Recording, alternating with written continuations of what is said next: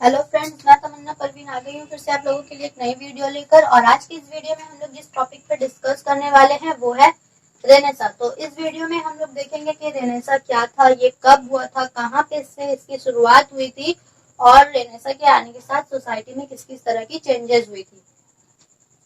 तो सबसे पहले हम लोगों को ये समझना पड़ेगा कि वर्ल्ड हिस्ट्री जो है वो 3 पार्ट्स में डिवाइडेड है, ancient period, medieval period and modern period. हम लोग रेनेसा पढ़ने वाले हैं तो हम लोगों को यूरोप की तरफ फोकस करना पड़ेगा। तो यूरोप में मिडिल एज जो था उस वक्त को डार्क एज माना जाता है, जो कि 5th सेंचुरी से 14th सेंचुरी तक चला। डार्क एज क्यों माना जाता है? क्योंकि उस टाइम पे यूरोप में किसी भी तरह की ग्रोथ नहीं हो रही थी, ना ही आर्ट के फील्ड में, ना ही लिटरेचर के फील्ड में और ना ही कल्चर के फील्ड में। इससे पहले जो एंशिएंट पीरियड था उस वक्त आर्ट ने, कल्चर ने काफी अच्छी ग्रोथ कर रखी थी, लेकिन मिडिल एज आते ही यूरोप जैसे सो गया था। उस वक्त नोबिलिटी का और चर्च का बहुत पकड़ बढ़ गया था, नोबिलिटी और चर्च का राज चल रहा था।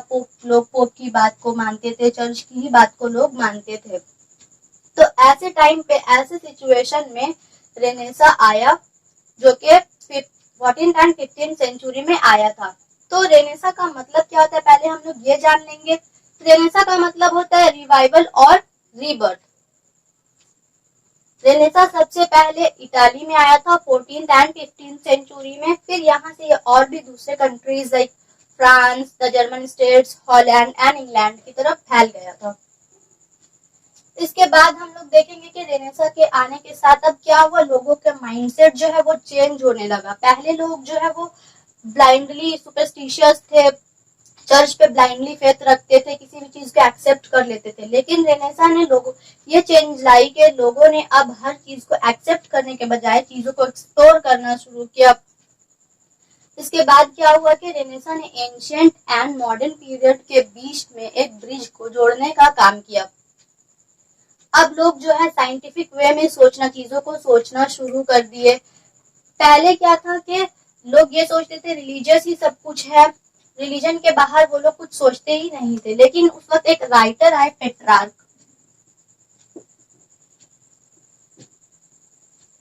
जिन्होंने क्लासिकल राइटर को पढ़ा और ये बताया कि ह्यूमन ही सब कुछ है, ह्यूमन के लिए ही सारी चीजें जो है वो बनाई गई है।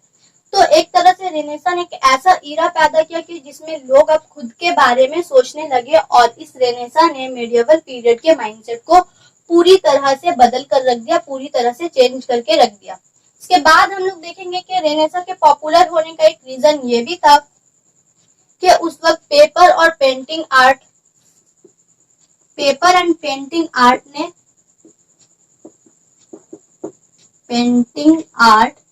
ने भी काफी तरक्की की थी। पेपर एंड पेंटिंग आर्ट आ गई थी, उन्होंने भी अपने फील्ड में कमाल कर दिया था।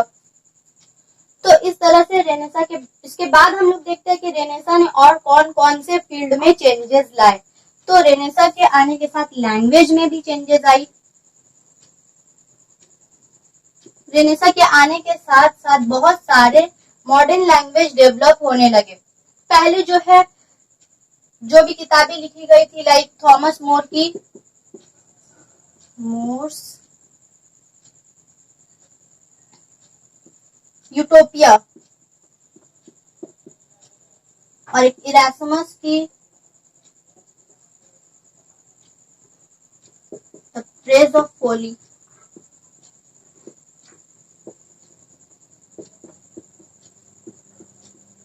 ये जो है लैटिन लैंग्वेज में लिखी गई थी।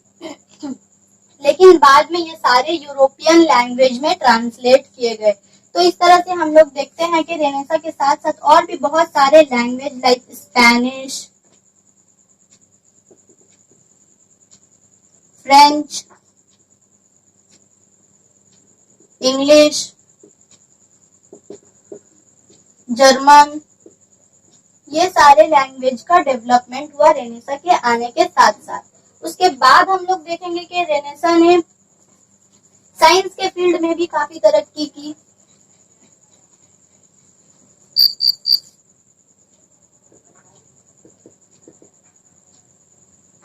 साइंस के फील्ड में न्यू टेक्नोलॉजी का इन्वेंशन होने लगा। बहुत सारे एस्ट्रोनॉमी के फील्ड में भी बहुत सारा डेवलपमेंट हुआ। लाइक एक और एस्ट्रोनॉमर आए उस वक्त, कोपरनिकस। जिन्होंने ये प्रूव किया that earth moves round the sun. ये रेनेसा आने के बाद ही उन्होंने ये चीज को प्रूव किया। उसके बाद हम लोग देखेंगे कि एक और ग्रेट एस्ट्रोनॉमर थे गलीलियो, जिन्होंने टेलीस्कोप को इन्वेंट किया। सर आइजैक न्यूटन,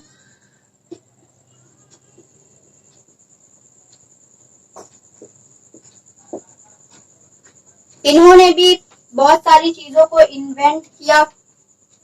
लाइक इन्होंने प्रूव किया कि हेवनली बॉडीज जो है वो लॉ ऑफ ग्रेविटेशन के अकॉर्डिंग मूव करती है।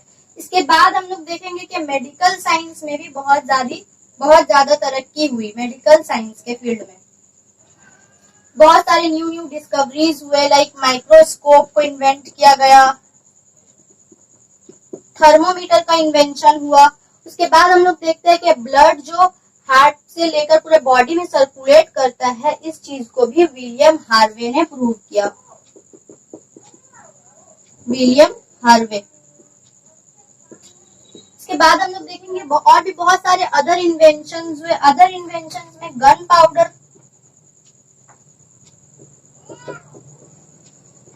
पाउडर का इन्वेंशन हुआ एंड मैरिनर कंपास का इन्वेंशन हुआ। तो इस इन्वेंशन ने वॉयजेस को और ज्यादा इंक्रीज कर दिया और भी न्यू लैंड्स की एक्सप्लोरेशन हुई और बहुत सारे न्यू सी रूट्स की भी डिस्कवरी हुई। तो इस तरह हम लोग देखते हैं कि रेनेसा ने किस तरह सोसाइटी में एक पॉजिटिव चेंज को लाया था। सो आई होप गाइज आप लोगों को ये वीडियो पसंद आई हो। तो अगर आप लोगों को ये वीडियो पसंद आई है तो please do like, share and subscribe. मैं मिलती हूँ आप लोगों से अगली वीडियो में।